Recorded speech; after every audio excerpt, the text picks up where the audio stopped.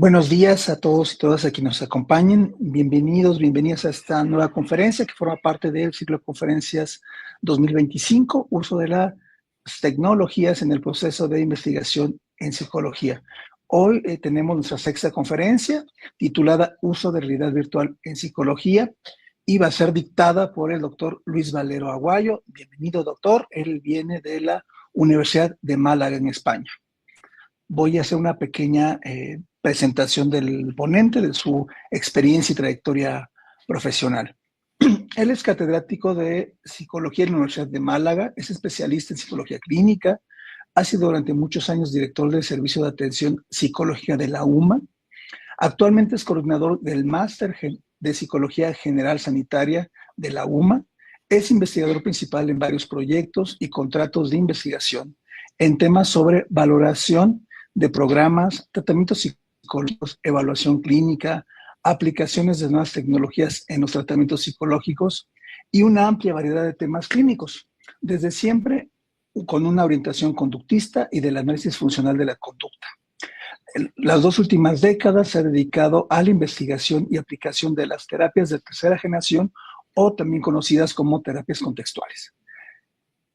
Respecto de las aplicaciones tecnológicas en psicología y en la salud mental, ha trabajado en la elaboración de programas informáticos para niños con retraso, evaluación de problemas de fobias, aplicaciones online de asesoramiento psicológico, efectos de los videojuegos y la realidad virtual, y también en las variables psicológicas del BCI, Brain Computer Interface, para comunicación de personas con síndrome de enclaustramiento. Esto nos recuerda claramente a todo lo que se vivió en pandemia, ¿verdad? En su haber cuenta con más de 90 artículos en bases de datos internacionales, también más de 20 capítulos de libros y cientos de conferencias y ponencias en congresos, tanto nacionales como internacionales, además de la colaboración con otros másters oficiales y privados sobre las psicoterapias contextuales y otros temas de suma importancia para la psicología, particularmente para la psicología clínica. Doctor Luis, pues bienvenido. El escenario, aunque es un escenario virtual, es todo suyo. Lo escuchamos con toda atención. Bueno, pues muchas gracias y antes que nada quiero agradecer a la Universidad de Iztacala pues bueno, esta invitación de poder difundir nuestro trabajo y hablar un poco en este caso sobre la realidad virtual, más que nada porque bueno, pueda servir a otros investigadores y a otros clínicos a darle idea y que tiren por ahí un poco en sus investigaciones. Voy a exponer entonces la exposición en grande para que se pueda ir viendo. Vamos a hablar en principio un poco de cuáles son los conceptos de realidad virtual, cuáles son los distintos tipos y a qué se habla de realidad virtual, a qué nos estamos refiriendo concretamente, porque hay una variedad de instrumentos y de posibilidades de aplicaciones y de investigación.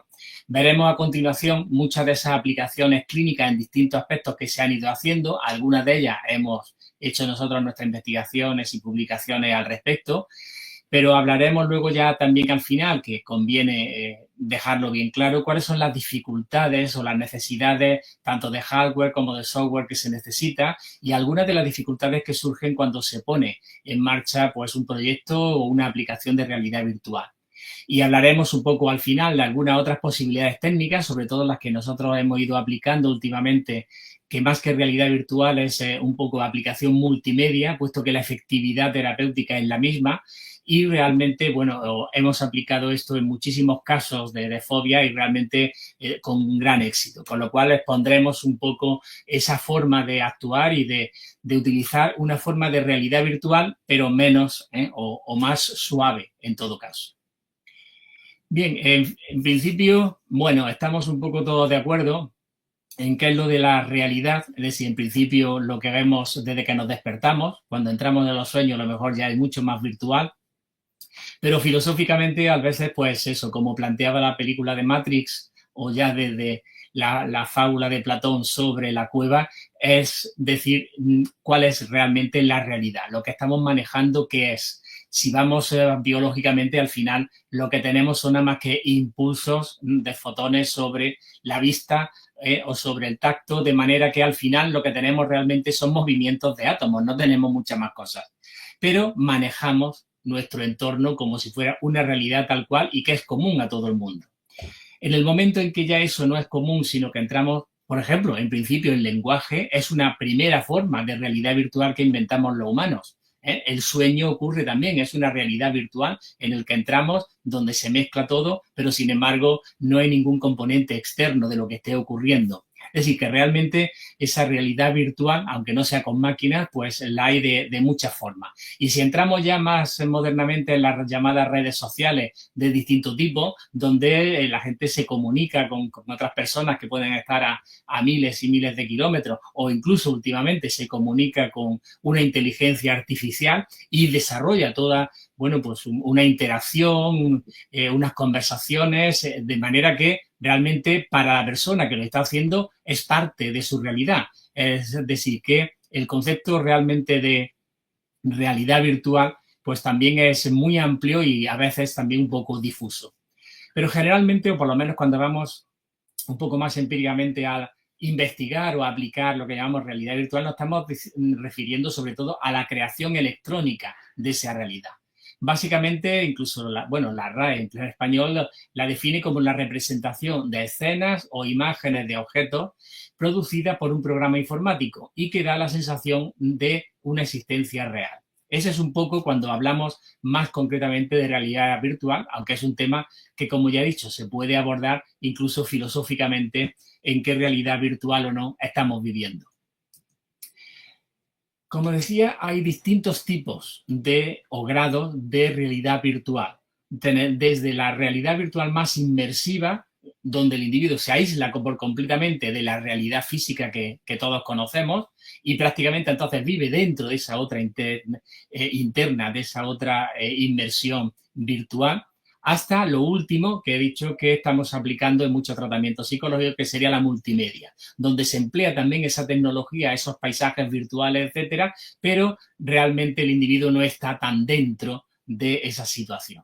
Pero si lo consideramos es un poco como igual que cuando vemos una película, si realmente estamos viendo solamente imágenes planas, e incluso la vemos en una televisión tranquilamente en nuestro salón. La cuestión es, estamos tan metidos en esa otra realidad virtual con imágenes, sonido, etcétera, que o nos ponemos a llorar o que de repente nos da un susto como si efectivamente estuviéramos viviendo esa realidad. Con lo cual es un tipo más suave, más difuso de realidad virtual también. La realidad virtual inmersiva, como digo, se caracteriza precisamente porque el individuo se mete completamente dentro de toda esa estimulación electrónica, tanto visual, táctil e incluso de movimiento, de ese tipo de máquinas donde la persona no solo tiene unas gafas puestas, sino que se puede mover, puede andar, puede girarse, puede subir, bajar, es decir, incluso existen guantes ápticos de manera que le dan y puede tocar cosas aunque no estén realmente ahí. Ese es el tipo que llamaríamos realidad virtual inmersiva, pero requiere una gran maquinaria, requiere una inversión en hardware y software bastante grande y hay poca investigación o realmente menos aplicaciones como tal en esa realidad inmersiva. Como vemos, hablaríamos ya de una realidad virtual semi-inmersiva, que es la más general, en el que el individuo está con unas gafas, está viendo porque maneja un poco todo su entorno visual, puede manejar algún movimiento, como vemos en las imágenes, con algún tipo de comando, e incluso puede actuar teóricamente con ese entorno virtual de manera visual, con paisajes, con objetos que se le presenten en esa pantalla, etcétera.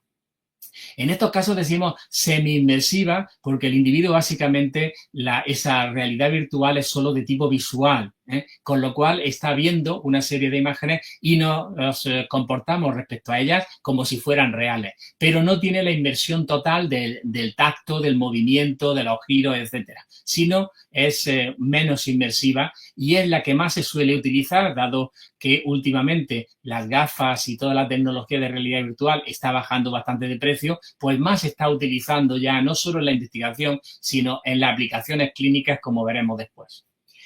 Habría otra variedad que es la que denominamos como realidad aumentada. En este caso, el individuo está viendo la realidad física de átomos tal y como la conocemos, pero además existe algún tipo de mecanismo, como vemos en las imágenes, por ejemplo, un vídeo de un móvil o incluso las gafas últimas que han sacado Meta, en que te pones la gafa y estás viendo no solo la realidad tal cual, sino además en las gafas se van proyectando una serie de otras imágenes, de información, etcétera, sobre lo que estás viendo.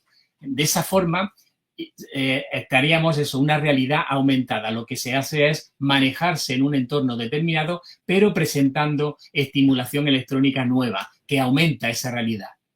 En muchos casos se está utilizando esto también para museos, para entornos un poco más de videojuegos, etcétera. Acordaros de los buscadores de Pokémon, que no están en la realidad esos Pokémon, están solamente en el móvil, pero sin embargo la gente es capaz de andar y de moverse por ciudades de una a otra buscando Pokémon donde estén escondidos a lo largo de la geografía de un determinado país. Entonces, eso es la realidad aumentada.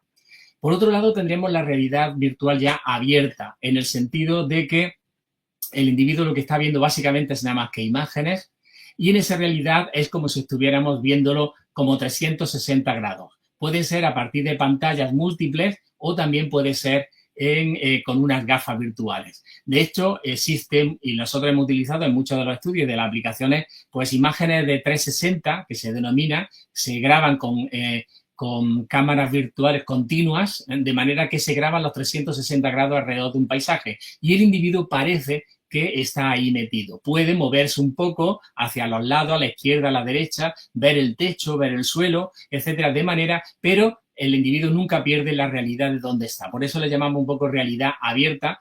Es un tema que se ha utilizado mucho en museos y en situaciones similares, de manera que podemos entrar a ver un monumento o entrar a ver un museo, los cuadros, y realmente es como si estuviéramos allí, pero realmente no perdemos el control de nuestra realidad física tal cual. Y como decíamos, también una realidad más suave que diríamos multimedia, en el sentido de que al individuo ya se le presentan externamente pues imágenes de vídeo, sonidos, de manera que a través de esa inmersión, que prácticamente es igual que si estuviéramos en el cine, se consigue esa ilusión de realidad metiéndose dentro de esa situación. La cuestión o importancia es que esta otro tipo de realidad menos virtual de lo que parece, pues tiene los mismos efectos y realmente se consigue que el individuo se meta dentro de esa realidad, de esas imágenes, etcétera, tanto como si fuese realmente esa realidad más inmersiva. Con lo cual, tenemos una ventaja puesto que estos otros métodos pues prácticamente son bastante más baratos, más asequibles para cualquier investigación y para, sobre todo, para cualquier clínico, como veremos algunas de las aplicaciones que hemos hecho, porque precisamente las reacciones que tiene el individuo ante una película donde además no solo está viendo el avión, sino oye el ruido de los motores, oye el ruido, oye los sonidos de la azafata, lo que se va diciendo, etcétera, la persona reacciona realmente como si estuviera dentro del avión. No necesita unas gafas muy caras ni todo un entramaje de software para generar eso. Con lo cual, tenemos una gran herramienta para actuar también con este tipo de inversión mucho menos inversiva, menos fuerte. Las aplicaciones que ha ido teniendo la realidad virtual han sido muy, muy variadas. En principio, y casi todas, han ido, o en todos los estudios que se hicieron prácticamente desde los años 80, que ya se empezaron a hacer aplicaciones, han ido respecto a las fobias. Y se ha aplicado en muchísimos tipos de casos. Nosotros tenemos también muchas publicaciones y hemos hecho mucha investigación al respecto con distintos tipos de fobias, desde las fobias a los animales, a las alturas, a cualquier situación, a los aviones, mucho, a conducir, etcétera. De manera que es uno de los mejores procedimientos para eliminar un problema de fobia. Pero también se utilizan para ataques de pánico, para ansiedad. Últimamente también se están empleando otro tipo de paisajes y de sonidos, etcétera, tridimensionales para conseguir mayor relajación y aplicar las técnicas de mindfulness en aquellos terapeutas que aplican ese tipo de terapia, pero también se aplican para emociones, depresión y desde luego para educación, para enseñar y aprendizaje de nuevas habilidades. Y de hecho, se utiliza, son las primeras aplicaciones que se hicieron justamente con el ejército para entrenar, para educar y entrenar a los aviadores. Y de hecho se sigue utilizando, y no solo eso, sino para entrenar a los jugadores de tenis o a los corredores de Fórmula 1. Se lo entrena, se le educa. Cuantas más horas de simulación en un simulador virtual hagan, pues más experiencia están adquiriendo. Y desde luego también, pues en retraso intelectual, autismo, etcétera, como una forma de generar también nuevas habilidades y, sobre todo, por la novedad que supone esa realidad virtual, con lo cual es mucho más aceptado y realmente tiene hasta cierto punto un cierto efecto placebo que mejora el hecho de poder interaccionar con niños con todas estas problemáticas. Como decíamos, fundamentalmente todas las aplicaciones clínicas se han hecho y muchísimas de las investigaciones y se siguen publicando son sobre fobias, ansiedad o ataques de pánico. La base es el tratamiento en sí de exposición directa, exposición basada en condicionamiento clásico. Sabemos que cuando la persona tiene un problema de fobia, pues a las arañas, a los perros, a las alturas, a los ascensores, a los aviones, a lo que sea, hay multiplicidad de estímulos condicionados en concreto. Si la persona se expone a esos estímulos de una manera progresiva, introduciendo además relajación o respiración como contracondicionamiento, esas respuestas condicionadas comienzan a disminuir, con lo cual progresivamente va mejorando y se va enfrentando a esas situaciones. ¿Por qué? O el éxito entonces de la realidad virtual. ¿Por qué no se hace en la realidad tal cual? En principio, porque hay muchas de esas fobias porque tienen cierto peligro. Imaginad simplemente una persona que tiene fobia a la altura y cogemos, venga, vamos a hacer una exposición y nos subimos a una terraza a un 10º piso. Bueno, y se nos desmaya. Pues cabe imaginar la repercusión que puede tener y además que hemos creado sin querer un nuevo ensayo de condicionamiento. En cambio, mediante la realidad virtual, el individuo se siente seguro, sabe que no está en ese edificio, sabe que está en una sala de experimentación, en una sala clínica, y tiene unas gafas y se le están poniendo pues una serie de paisajes y de sonidos. La cuestión es, sabe que está a salvo, con lo cual admite estar viendo esas imágenes, de manera que progresivamente se le van presentando imágenes y vídeos cada vez más digamos, más graves, desde mayores alturas, que produzcan mayor tipo de pánico y progresivamente entonces la persona va disminuyendo todas esas respuestas emocionales. Lógicamente, al final siempre hay que aplicar esa exposición en las situaciones reales, que es el último paso siempre de los tratamientos. De esta manera, todo tipo de problemas de ansiedad e incluso los ataques de pánico en los que se le aporta al individuo pues las señales fisiológicas de su propia taquicardia, por ejemplo, o las imágenes dobles de que puede estar viendo que casi cuando tiene ese ataque de pánico o se siente para desmayarse o se siente realmente muy mal, de manera que con esas imágenes se va adaptando y progresivamente va viendo mucho más normal ese posible ataque de pánico, con lo cual cuando ocurre en la realidad realmente lo interpreta de otra manera y entonces no tiene tantas repercusiones como tal. Aquí vemos alguna imagen, por ejemplo, de fobia a las cucarachas, como la persona puede estar viendo esa realidad aumentada como si tuviera una cucaracha en la palma de la mano. Lógicamente, si se la pusiéramos real, pegaría un salto y desde luego no vendría mal las sesiones, pero en la realidad aumentada sabe que no es real. La repercusión fisiológica y las respuestas condicionadas van a ser las mismas, reacciona igual que si tuviera una cucaracha real. Sin embargo, sí es capaz de aguantarla, de adaptarla, estar unos segundos respirando al tiempo que está viendo cómo en su mano hay una cucaracha. Después de eso, vamos subiendo la dificultad y progresivamente al final, pues las personas pueden tocar la cucaracha o la araña sin grandes problemas. Aquí, por ejemplo, veis imágenes de cosas que hemos hecho con fobia a las alturas. Entonces, la persona está viendo, sabe que está seguro, está dentro de una habitación, pero está viendo un paisaje hacia abajo, se puede asomar por un balcón, por un edificio de 15 plantas, y entonces las respuestas fisiológicas son iguales, pero puede soportarlas.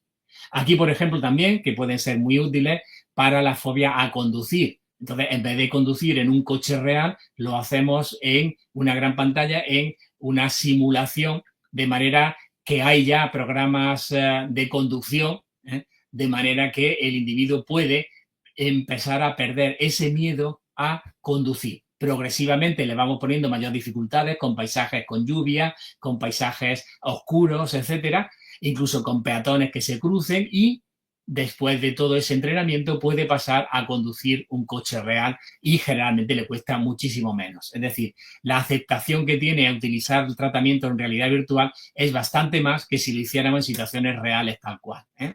Como decíamos, en ataques de pánico exactamente igual. Podemos introducir y que al individuo le suenen por los auriculares sus pulsaciones, 180 pulsaciones por minuto, o vea una imagen doble y vea realmente una situación angustiosa. La cuestión es, puede adaptarse, puede ir disminuyendo y extinguiéndose esas respuestas condicionadas, con lo cual cuando un ataque de pánico puede ocurrir en la realidad, realmente está mejor preparado y solventa mejor ese ataque de pánico. Como decíamos, en las situaciones de relajación y mindfulness es un poco el principio contrario. Lo que se utiliza son imágenes muy relajantes, es decir, generalmente mucho verde y mucho azul de cielo, puesto que son los colores que de manera natural tenemos muy asociados a situaciones de relajación. Estar viendo el cielo o el mar, etcétera, es de lo más relajante y lo que produce mayores respuestas condicionadas positivas. Y en este caso lo que se hace es meter al individuo en esa realidad virtual con esa gafa, en ese tipo de imágenes, y progresivamente le van dando instrucciones sobre cómo relajarse o cómo aplicar todo el sistema de mindfulness, de estar en el aquí y ahora, de estar autoobservando sus propias respuestas fisiológicas cuando está viendo esas imágenes o está viendo esos paisajes, etcétera. En ocasiones se incluye también una música melódica muy suave, etcétera, de forma que en vez de hacer la relajación de manera tradicional, como se ha hecho en muchos tratamientos, dando instrucciones del terapeuta, de esta forma, utilizando esas imágenes, facilitamos y se hace muchísimo más rápido el que la persona aprenda a relajarse y a estar muy tranquilo, utilizando, bueno, como decíamos, esas técnicas de mindfulness. Y de hecho es una de las aplicaciones que más éxito comercial tiene, y hay muchísimas aplicaciones y apps para móvil incluso, que van poniendo todas esas imágenes y van guiando en cómo hacer esa relajación y el mindfulness a través de una propia aplicación del móvil. Otra de las aplicaciones clínicas importantes que está teniendo la realidad virtual, y algunas son todavía experimentales, pero ya se han hecho en algunos hospitales clínicos, es el utilizarlos como manera de distracción. Es decir, en aquellas situaciones hospitalarias, sobre todo se ha hecho con niños que tienen, que pincharle, tienen que hacer alguna operación que generalmente conlleva dolor o una gran angustia. Entonces, con una gafa de realidad virtual puede estar viendo otra serie de paisajes, en principio, dibujo animado o cosas que le puedan gustar, pero generalmente lo que se busca son estímulos incompatibles con aquello que tiene, es decir, con el dolor. En muchas ocasiones, por ejemplo, con unos experimentos muy, muy clásicos, tuvieron mucho éxito en su momento, que era con personas con quemaduras. La quemadura es una de las, lo que los enfermeros tratan con mucho más cuidado porque producen unos dolores inmensos cuando van quitando las gafas, tienen que echar los desinfectantes, etcétera, los antibióticos, y vuelvo a luego poner otra vez las gasas, etcétera. Entonces, mientras los enfermeros están haciendo toda esa labor que duele muchísimo, la persona está viendo, y en este caso tenía mucho éxito, paisajes con nieve. Es decir, que conlleven a sensaciones de frío, estar viendo nevar, estar esquiando en la montaña, etcétera. Entonces, ese tipo de situaciones mediante distracción, pues se ha utilizado mucho y tiene gran éxito para disminuir, por ejemplo, situaciones de dolor o situaciones hospitalarias en niños o en adultos.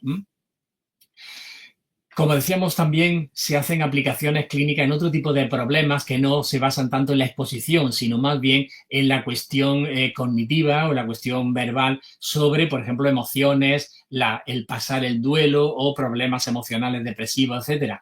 En muchos de estos casos no es tanto la exposición a la situación que puede ocurrir, también se ha hecho respecto a que un individuo en duelo pues observe en realidad virtual pues imágenes, vídeos de esa persona, etcétera, de manera que las respuestas emocionales de lloro, etcétera, pueden ir disminuyendo progresivamente, pero sobre todo en el hecho de manejar, como se hace en algunas de las terapias contextuales, las propias verbalizaciones, como vemos ahí un poco de soy una nulidad, no sirvo para nada, soy un cero a la izquierda, todo el mundo me desprecia, de manera que son verbalizaciones, pero a través de la realidad virtual se busca que el individuo las materialice de alguna manera, le dé forma, y entonces si tiene forma de nube o forma de un cuadrado o forma de punta o son de colores más verdes o de colores marrones, de manera que el individuo comienza a ver todo ese tipo de autoverbalizaciones negativas, la empieza a ver como externas, como algo que está fuera de él y que puede comenzar a manejarla. Y de esa manera no se la autoaplica y comienza a ver con bastante más relatividad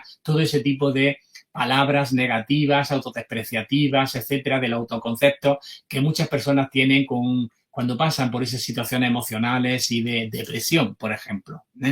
Aquí vemos, por ejemplo, es un ejemplo experimental de la silla vacía, un experimento típico de Gestalt, pero la cuestión es que ahí ahora con realidad virtual la silla no está vacía, está viendo a esa hija que perdió en un momento dado y la cuestión es cómo le habla, qué le ocurre y de manera que ese ejercicio terapéutico se vuelve como mucho más real aplicando la realidad virtual.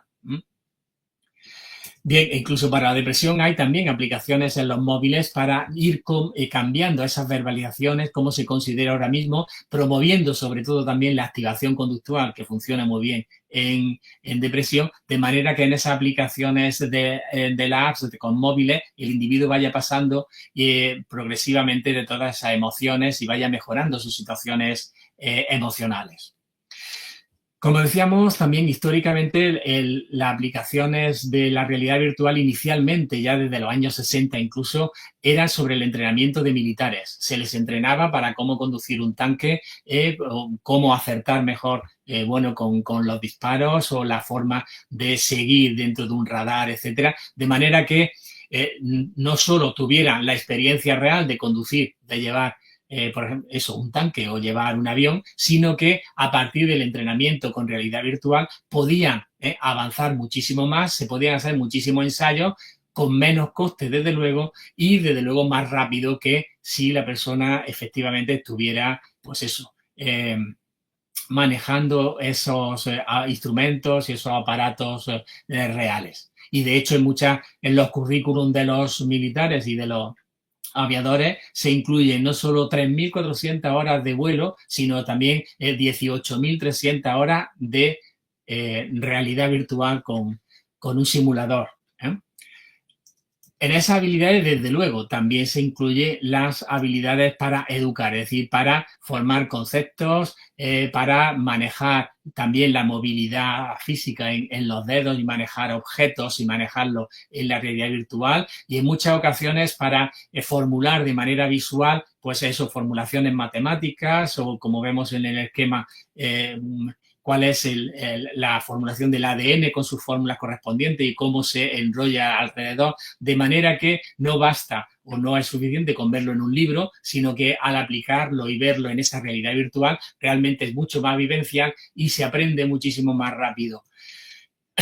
Como decíamos también en retraso, autismo, TDA, etcétera, con niños se han hecho algunas de esas aplicaciones, sobre todo por el hecho de que esa nueva tecnología en muchos de los niños pues realmente es una novedad, resulta muy atractiva y lógicamente mejora las actividades que le estemos realizando, en muchos casos de tipo educativo, de aprender palabras, de manejarse con una relación o hablar con un personaje dentro de esa realidad virtual para manejar habilidades sociales, discriminaciones de colores, de objetos, de formas, tamaños, etcétera, y todo eso hecho con realidad virtual también de la misma forma. Bueno, aquí vemos algunas, como decíamos también, y últimamente se aplica mucho más que realidad virtual a través del móvil o las tablets, es decir, de manera que a la realidad que el niño está viendo en esa tablet sobre su mesa, está viendo determinados personajes, como vemos en la foto, o determinados objetos que no están ahí, pero sí están en el móvil, de manera que puede interaccionar con ellos y aprender cosas que le vayan diciendo desde esas aplicaciones en la app. Y de hecho, si hacéis una búsqueda un poco en los programas de aplicaciones de móviles, sean de los de los de Google o sean los del Mac, encontraréis muchísimas aplicaciones hechas para niños con autismo, de manera que son más o menos útiles, pero sobre todo la importancia es que es un nuevo instrumento para añadir más al repertorio ya de cosas que se pueden mejorar sus vidas. Las últimas aplicaciones también que se están ocurriendo algunos estudios, ya no solo en trastornos emocionales, sino incluso también en la psicosis y las alucinaciones. ¿Cuál es el objetivo en estos casos? Es decir, es exponer al individuo en esa realidad virtual a las supuestas, alucinaciones, tanto visuales como auditivas, que pueda tener. Es decir, que la persona vea que eso que está oyendo, sí lo está oyendo, efectivamente. Es decir, lógicamente se averiguan previamente cuáles son. Si una persona tiene pues un problema de que le están persiguiendo, de que alguien le mira o que le miran todos mal, es decir, etcétera, entonces va a ver a lo mejor en un tren o cuando entra en un autobús o pasa por una calle que todos le dirigen la mirada. La cuestión es que, lógicamente, igual que ocurre con las fobias, vea que eso es normal, desaparezcan progresivamente y se disminuyan las respuestas emocionales y se adapte a que los demás le puedan estar mirando, a que los demás tengan una pinta rara, a que los demás le puedan estar mirando de arriba abajo o a que oiga determinados sonidos a través de los auriculares que tienes puestos. La cuestión es que comience a adaptarse a esa situación y de esa forma comience a verlo como algo también externo a él y que puede controlarlo, que puede vivir, que puede manejarse en esa calle o en ese vagón del tren, etcétera, sin que le haga caso, por ejemplo, a eso que está oyendo o a esos que le están mirando. Y la persona desarrolla en esa realidad virtual su vida normal, va andando, va manejándose por el videojuego, pero no va a tener esos problemas con el que los demás le miren o el que esté oyendo determinadas palabras por los auriculares. En esos casos también, aquí vemos, por ejemplo, algunas de esas imágenes respecto a supuestos, psicosis de lo que está viendo. Si la persona en ese caso está viendo que quien tiene enfrente realmente es un robot, es una persona extraña que está viendo por dentro, y en este caso la imagen lo que está mostrando es eso, que tiene esa situación y se adapte a ella y no entonces la vea como rara, como algo muy extraño, como está fuera de la realidad. Es parte de su entorno, él lo ve así, con lo cual lo importante es que ahora no reaccione, que no tenga las respuestas extrañas o las respuestas agresivas, etcétera, cuando ocurran ese tipo de alucinaciones. En el caso de los trastornos sexuales también se está utilizando y desde luego, en principio ya tiene una cuestión comercial fundamentalmente la realidad virtual con todas las aplicaciones eróticas y de porno que ya existen comerciales, pero dentro de los propios tratamientos psicológicos también se utiliza como forma de mejorar el rendimiento, la capacidad sexual o sobre todo disminuir la ansiedad, la ansiedad de ejecución o los problemas en la relación de pareja que se puedan tener. También hay bastante investigación en el caso, por ejemplo, de las adicciones. Se ha utilizado mucho, como vemos aquí, algunos paisajes virtuales en los que la persona se enfrenta a todas aquellas situaciones como estímulos condicionados que desencadenan las ganas de, es decir, el propio consumo de drogas de un tipo o de otro en fiestas o en pareja o dentro de un bar, etcétera. Es decir, de manera que cuando la persona ve esas situaciones una y otra vez, realmente ya no le provocan tanta ansiedad, tanto craving que dicen los especialistas en adicción, es decir, no le produce tantas ganas de, y se va adaptando mucho a esas situaciones, con lo cual cuando realmente va a las situaciones reales de un bar o situaciones donde antes consumía drogas, ahora ya no le provoca tales reacciones.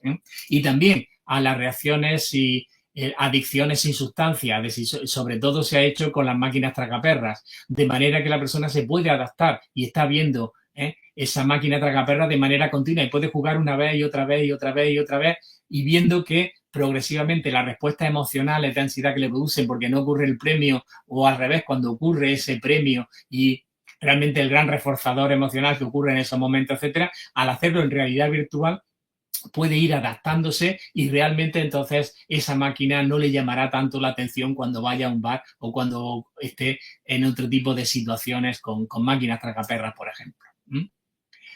Bueno, esos son un vistazo así de todas las posibilidades. Seguro que, a los futuros investigadores y psicólogos clínicos que quieran introducir pues, la realidad virtual en sus tratamientos, hay todo un abanico amplio de posibilidades, sobre todo, como ya he dicho, por el hardware y el software que está avanzando muchísimo y abaratándose muchísimo. Hace pues nada más de 10 años apenas, realmente comprar unas gafas virtuales pues podían costar prácticamente pues casi los 6.000 euros, de tipo casco, grandes, inmersivos, y hoy día la están vendiendo ya las últimas más modernas prácticamente por 500 euros. Podemos tener ya un buen aparato de realidad virtual para manejar.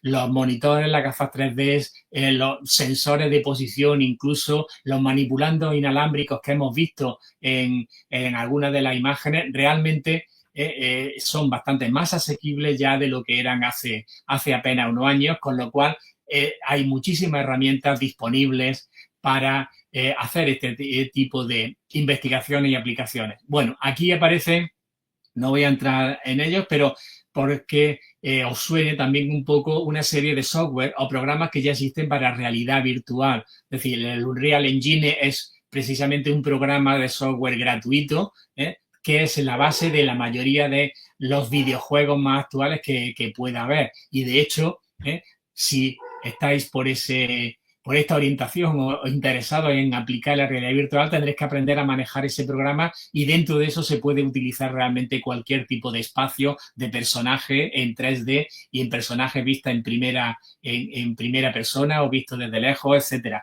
Unity es un programa también similar, y luego, por ejemplo, Autodesk o Maxon Dynema o FaxX, etcétera, o los Adobe Premiere como más clásicos, son programas para generar ya estímulos concretos, es decir, para diseñar pues una habitación, un edificio, una silla, un mecanismo determinado que queramos manejar en realidad virtual, etcétera. Más que movimientos y paisajes y lo que sería un poco toda la estructura de un videojuego, estos otros programas ya van muy detalladamente y son los que utilizan los diseñadores 3D pues para muchas de esas películas que estamos viendo últimamente, donde realmente ya uno no sabe realmente si el edificio del Empire State se ha caído o no se ha caído, y si realmente esa explosión que aparece ahí se hizo con explosiones reales o es todo ficción electrónica.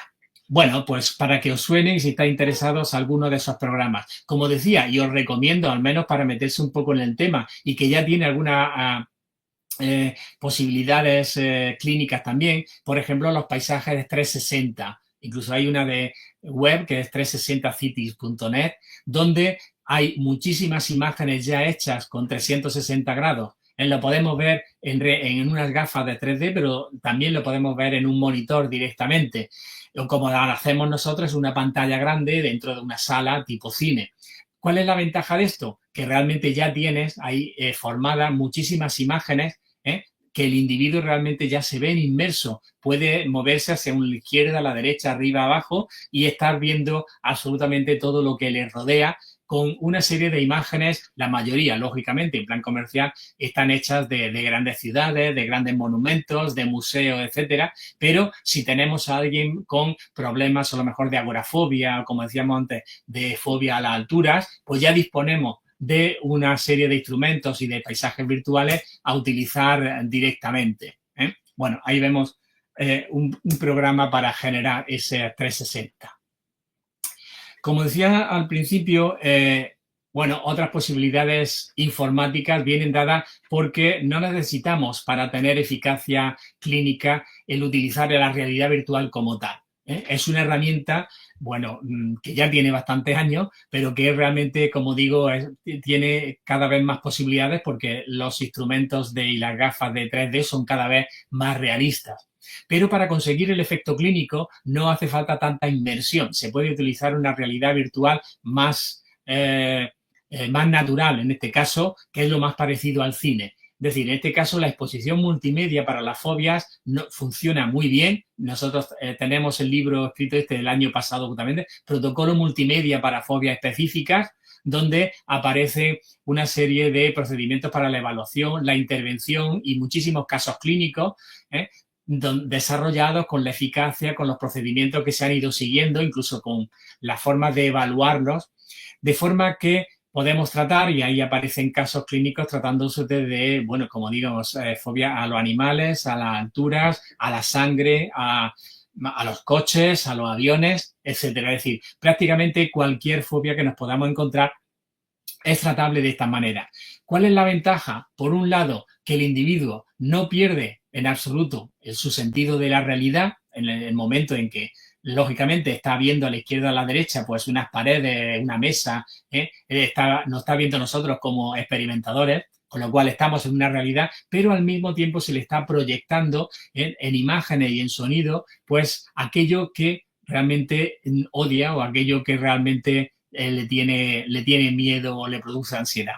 ¿Qué ocurre? Que aunque sean imágenes planas, como ocurre en el cine, sobre todo si unimos imagen y sonido, realmente la inmersión suele ser bastante grande. Y la persona que tiene fobia a las alturas, por ejemplo, es que efectivamente se agarra directamente al sillón y realmente lo vemos tenso completamente. Le ponemos también en la evaluación la medición de la tasa cardíaca y le sube el corazón a 90, 110.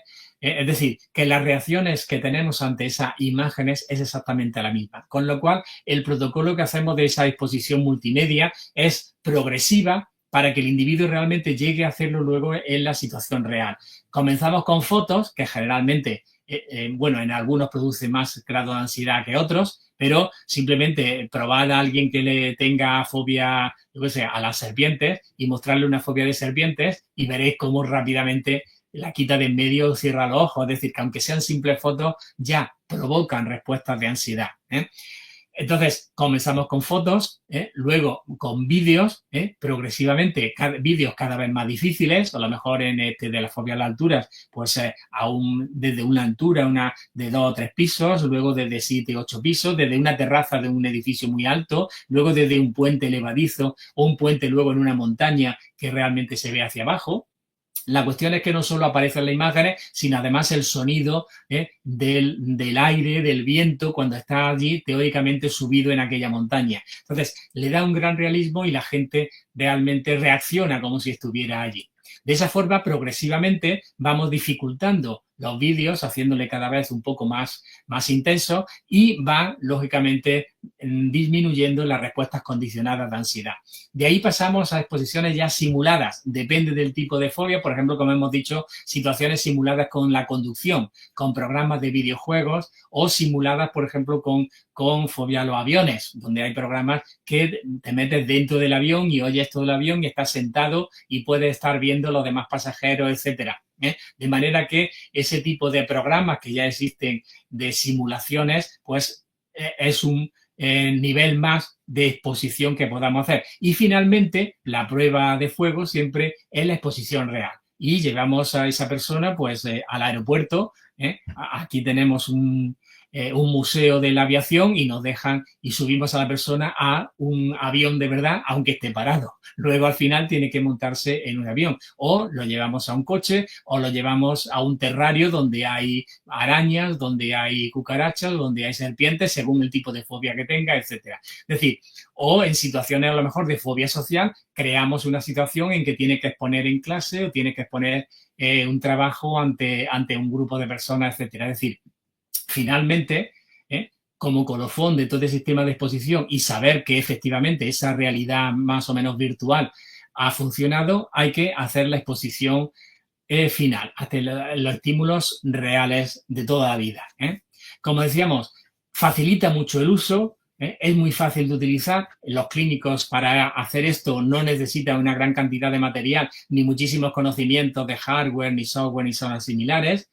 En nuestra experiencia, como ya digo, la mayoría de los casos en 8 o 10 sesiones, no basta, no hace falta muchísimas más sesiones y eso es algo importante a difundir porque mucha gente no sabe que los psicólogos disponemos de herramientas para eliminar las fobias y prácticamente casi todas las fobias se pueden eliminar y en pocas sesiones, no hace falta tratamientos muchos o más largos. Y desde luego es un proceso que facilita llegar a hacer la exposición real en su momento, porque de otra manera la gente continúa con sus fobias toda la vida porque no se atreve, no salta la barrera, no se enfrenta al toro. Al no enfrentarse, pues lógicamente siempre le va a temer. Los datos, además, estadísticos nos dicen los datos epidemiológicos que las fobias no desaparecen. Y si adquieren una determinada edad, cuando lo has cogido por alguna experiencia, la mayoría por haberlo aprendido a veces por imitación de otros o de los padres, etcétera, pero si no se trata, la persona puede tener 50, 70, 80 años y seguirá con esa fobia, ¿eh? Y mucha gente realmente es que no sabe que los psicólogos disponemos de terapias con mucho éxito como para hacerlo. Bueno, otro punto que quería exponer respecto a la realidad virtual es que no todo es oro lo que reluce. Hay que considerar que hay un gran efecto placebo en la realidad virtual, igual que lo está ocurriendo ya en la inteligencia artificial. Es decir, básicamente la realidad virtual no es sino un instrumento más que ayuda a los psicólogos y que nos sirve para investigar o para tratar casos clínicos. Es decir, es un instrumento, igual que tenemos otro tipo de instrumentos o de test o de procedimientos de intervención hablada o de intervención de sensibilización, lo que sea. La cuestión es, la realidad virtual es un instrumento que se ha venido a añadir a lo que ya se dispone y puede ser muy útil, como decíamos en muchos casos de ese tipo de problemas emocionales donde realmente nos puede ayudar y abreviar los tratamientos, ¿eh?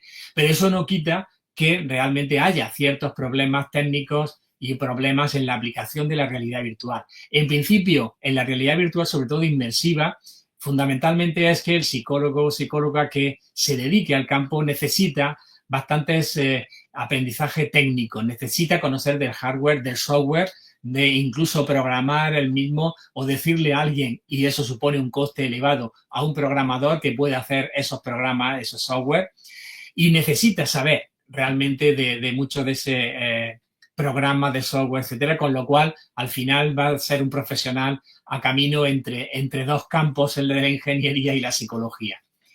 Entonces necesita bastantes conocimientos, pero además, sobre todo, la dificultad que tiene es la aceptación por parte de los clientes. Es decir, cuando tenemos una exposición más fuerte, realmente la gente huye. La exposición real, que sabemos, todos los datos de la experimentación anteriores nos indican que es la mejor, la exposición directa, incluso aunque sea con desensibilización, es la mejor, pero la mayoría de las personas que acuden por un problema de fobia no quieren exponerse. O sea, es que se niegan en el momento en que se les plantea cómo va a ser el tratamiento.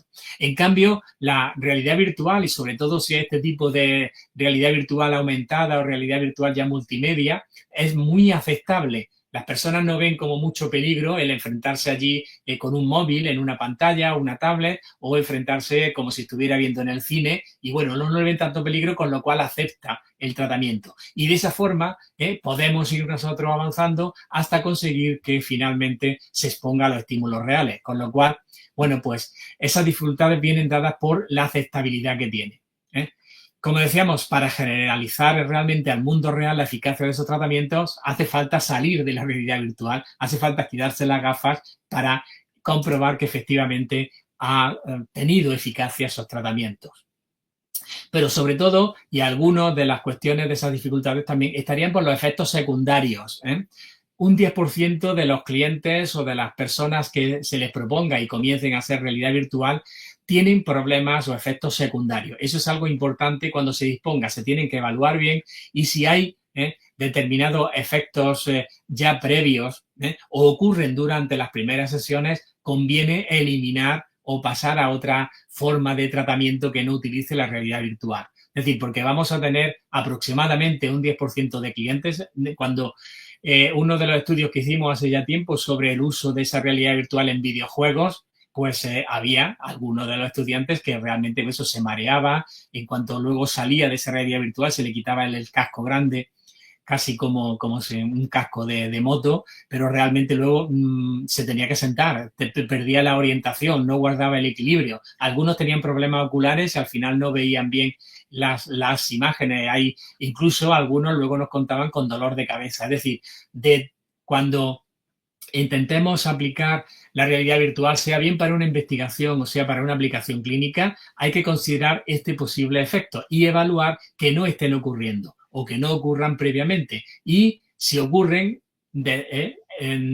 pues decantarnos por otro tratamiento completamente diferente. Como digo, hay muchas posibilidades de que haya esos efectos secundarios. En ese caso, una recomendación que ya hacíamos en aquel estudio y que es conveniente es que las sesiones de realidad virtual no pasen de media hora. Es decir, una hora entera con realidad virtual es muy exigente y realmente puede producir muchísimos más efectos secundarios. Es preferible tener media hora de sesiones todos los días a tener pues muchas horas, como algunas veces jugadores grandes jugones, pues se dedican a jugar. Lo que pasa es que la mayoría de ellos no utilizan la realidad virtual con gafas, sino directamente en pantalla. Tampoco es demasiado conveniente porque inmediatamente se producen disfunciones visuales. Es decir, cuando vemos la pantalla subir hacia arriba, si no probarlo en cualquier pantalla grande y estar viendo la imagen hacia arriba cuando vas dentro de un videojuego, cuando paras y miras hacia otro sitio, inmediatamente te da la impresión de que todo se mueve también. Entonces, hay un 10%, por lo menos, de personas que pueden tener esas dificultades. Las recomendaciones, como decíamos, es que haya seguridad ante todo, que el individuo acepte utilizar esa realidad virtual, decirle lo que puede ocurrir, qué es lo que va a tener, qué es lo que va a ver, qué puede hacer, etcétera, porque en principio, según el tipo de paisajes, puede ocurrir un gran desequilibrio y la persona incluso se cae. Hay que tener cuidado de si lo vamos a hacer que la persona esté sentada o va a estar de pie. Es decir, si tiene problemas oculares o dioptría de algún tipo, tiene miopía, algún tipo de problema. Como decíamos, primero el hacer que sea aceptable. Sesiones cortas, es preferible todos los días hacer sesiones de media hora que no hacer sesiones más largas. Y observar al final de la sesión, guardar unos minutos y ver los posibles efectos posteriores. Que la persona no se vaya de la sesión o del estudio de la experimentación inmediatamente, sino esperar sentado y ver que no le ha producido ningún tipo de marea, de alteración, etcétera, descansando, como decíamos, posteriormente. La gran recomendación desde todo, y ya lo digo, es que funciona, y esto hay múltiples tipos de experimentos, aparte de lo que hemos hecho nosotros, hay publicaciones cientos, es la aplicación de la realidad virtual para las fobias. Para las fobias específicas es de lo mejor para mejorar todas esas problemáticas y, como ya hemos dicho, incluso con multimedia se hace una aplicación y eficacia prácticamente muy rápido. Bueno, no sé, aquí terminaríamos y casi mejor espero entonces vuestras respuestas al respecto. A ver, ¿dónde está aquí? No sé. ¿Hemos ido? Bueno, casi una hora, ¿no? Bien.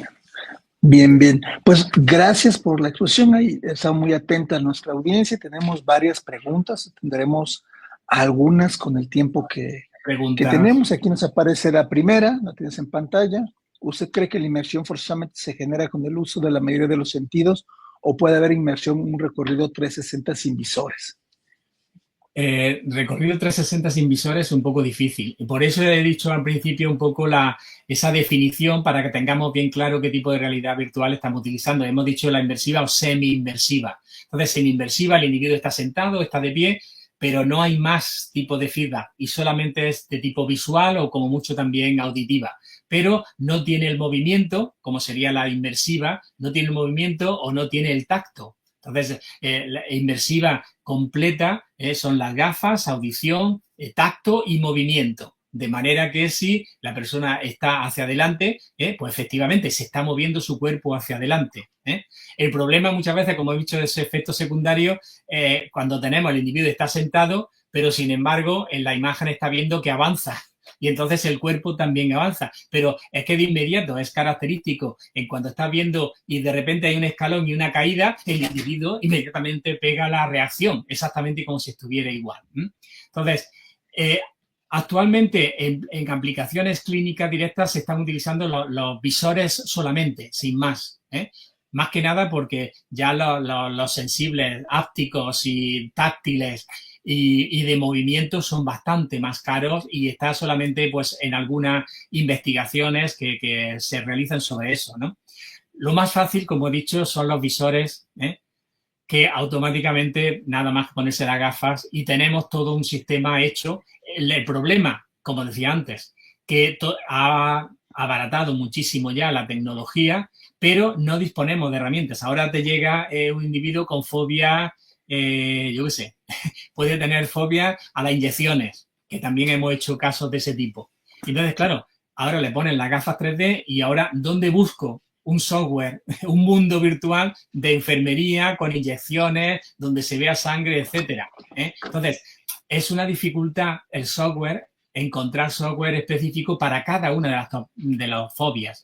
Ya sabéis que fobias hay prácticamente 500, infinitas. Claro. Es decir, se pueden adquirir a cualquier tipo de objeto. Y de hecho nosotros hemos tratado casos de fobia a lo mejor a los globos, entonces a los truenos, fobias también a los objetos que se pegan, objetos peguntosos. Entonces, claro, ¿cómo encuentras ahora imágenes en software para la visión 3D de cosas que se pegan? Entonces, ¿qué ocurre? Que podemos diseñar y nosotros hacer fotos y hacer vídeos. Hoy día, pues coges un móvil y grabas vídeos de cosas que se pegan y ves un dedo pegándose en el dedo, etcétera, y lo proyectas y no hace falta la realidad virtual tal cual, que es muchísimo más difícil, digamos, técnicamente.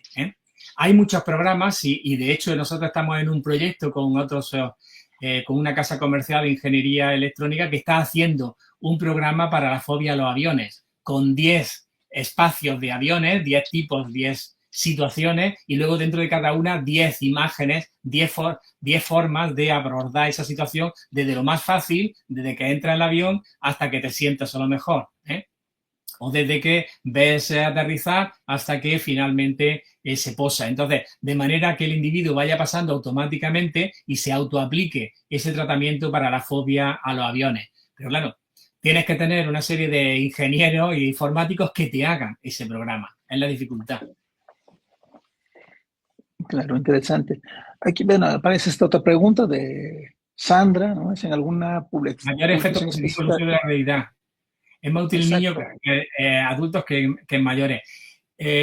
No hay las publicaciones que hay, como he dicho, en la realidad virtual, lo que dicen es que tiene el mismo efecto, sobre todo en las fobias, el mismo efecto que el tratamiento de exposición en vivo. Sí, cuando se han hecho comparaciones, el mismo efecto, no tiene menos, tiene. Lo que ocurre que la mayoría de la gente, de 10 personas que le pregunte, 8 te dice que no se exponen, o 9. En cambio, sí se exponen a la realidad virtual, en parte porque lo ven más seguro y en parte por esa novedad tecnológica que hace que la gente pues lo resulte más atrayente como tal tratamiento. Con lo cual, esa es la vía de introducir un tratamiento que a la gente pues le cuesta trabajo hacer.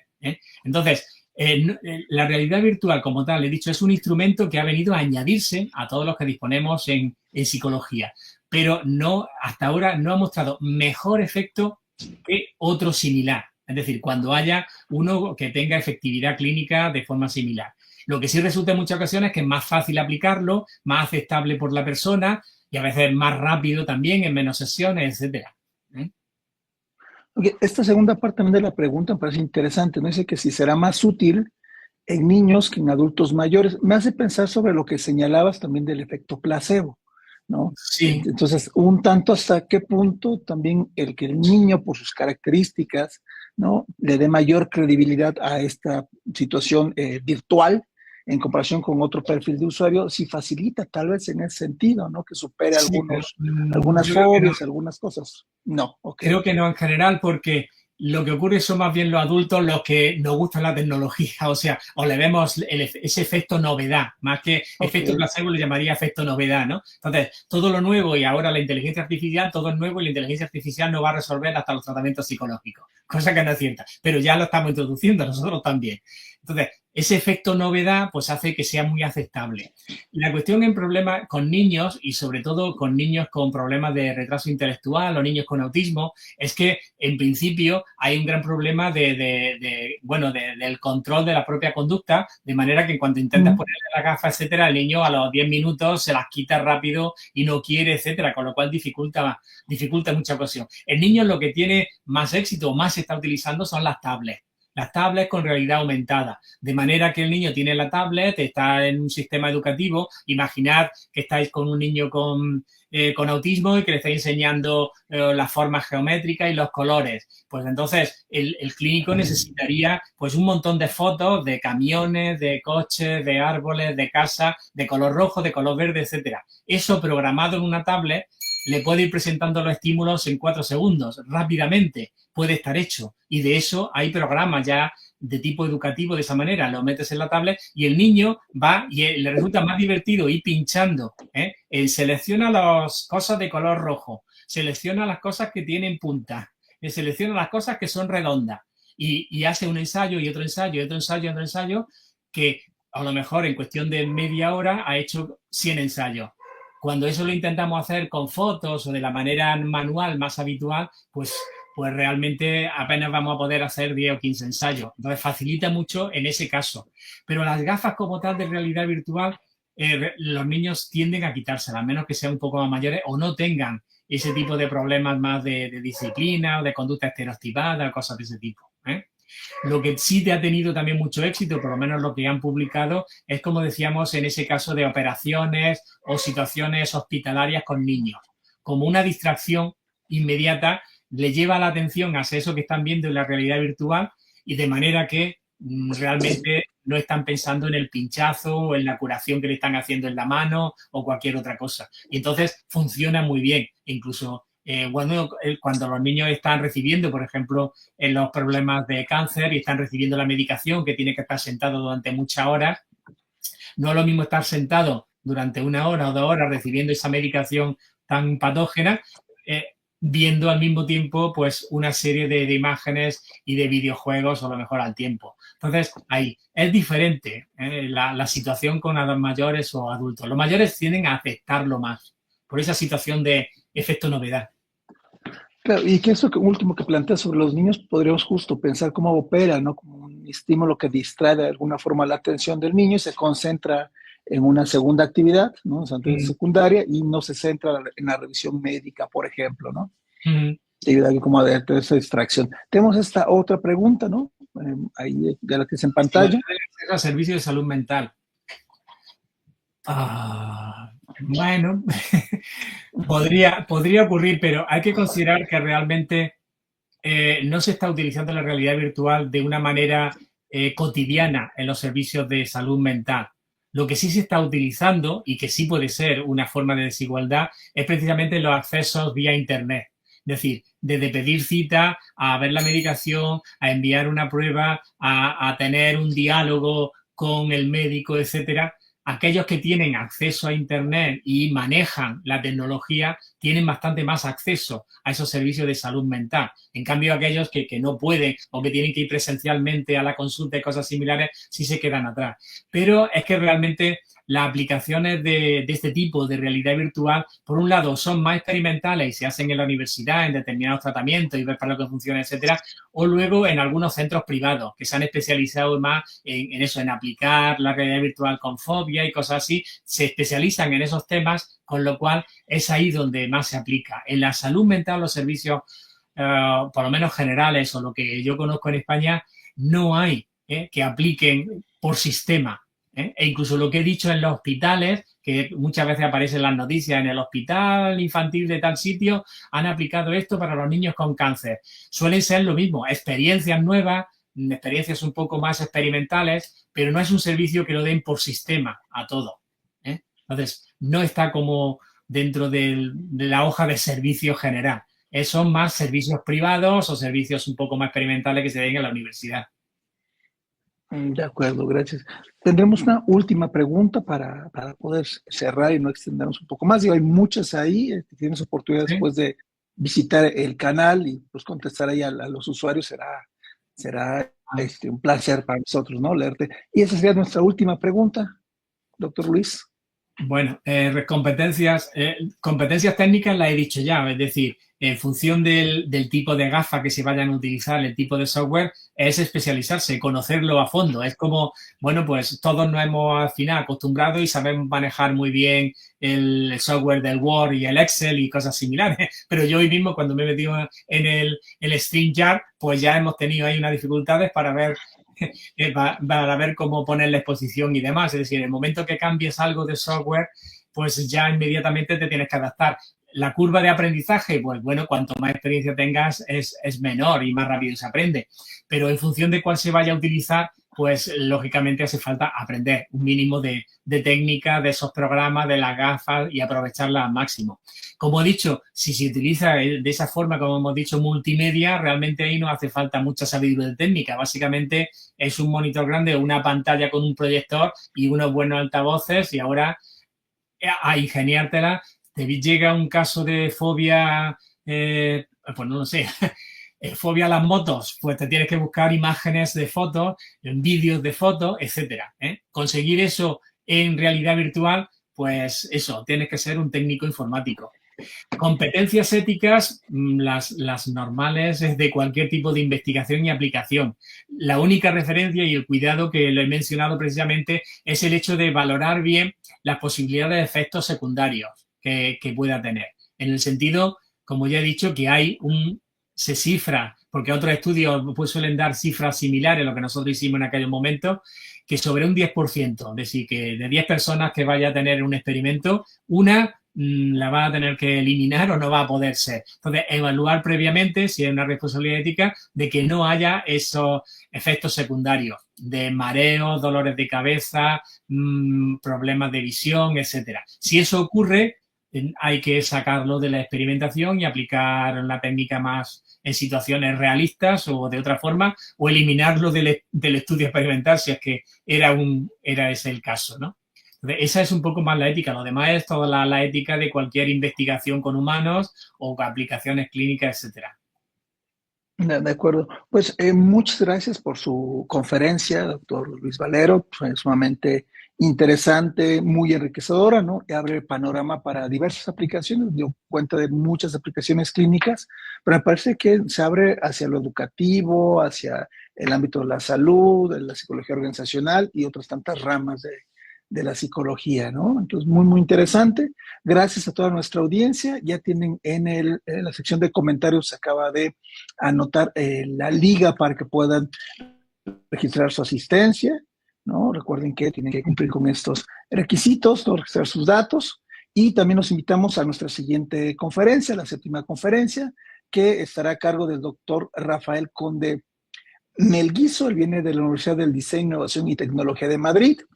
Se titula Uso de la realidad virtual aumentada y extendida con públicos complejos, discapacidad, infancia y tercera edad. Había algunas preguntas, ¿no? En estas comparaciones de poblaciones, pues aquí tendremos 3 tipos, ¿no? Discapacidad de infancia, tercera edad, será sumamente interesante también. Y nos vemos el 21 de octubre del año en curso a las 11 horas, como de costumbre, horario de centro de la Ciudad de México, bueno, de México, ¿no? Horario Ciudad de México.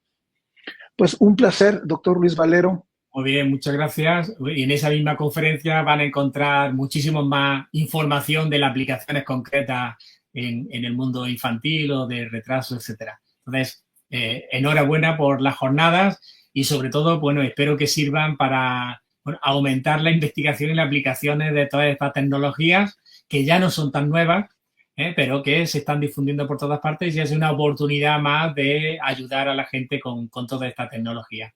Muchas gracias a todos. Es un placer. Hasta pronto. Hasta Un gusto. pronto. Hasta luego. Chao.